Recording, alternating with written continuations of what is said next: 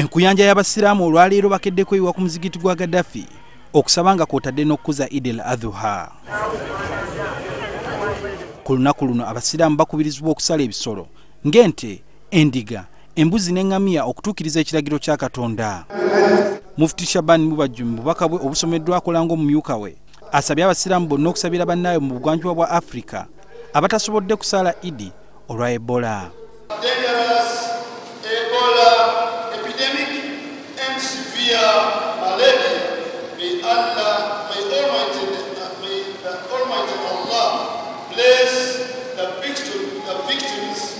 Of these dangerous epidemics.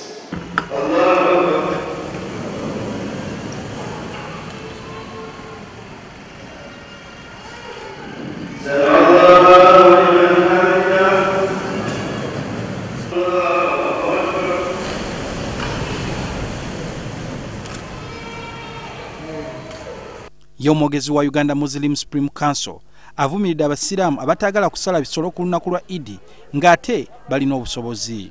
Era Nabbi sallallahu alaihi wasallam yagamba nti omuntu yonna asobola okusala ku lunaku luno n'atasala talina mugaso lwaki yandize n'okusala. Naye bannayuganda abasinga obungi banoonya nnyo kulya nnyama. Ennyama ereeteddwa Abawarabu, ereeteddwa Abataka, ereeteddwa ki, bo ne beerabira okusala. Lubadde lunaku lwa ssanyu eri abasiraamu bonna abongera okusinza Katonda. Tusaba Allah subhanahu wa ta'ala abatalina ssente abeerenga abawa omulundi oguddako basale ate nabo babeerenga bagaba.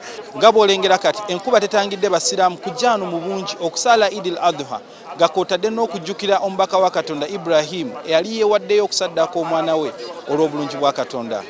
Suhail Mugabi, NTV.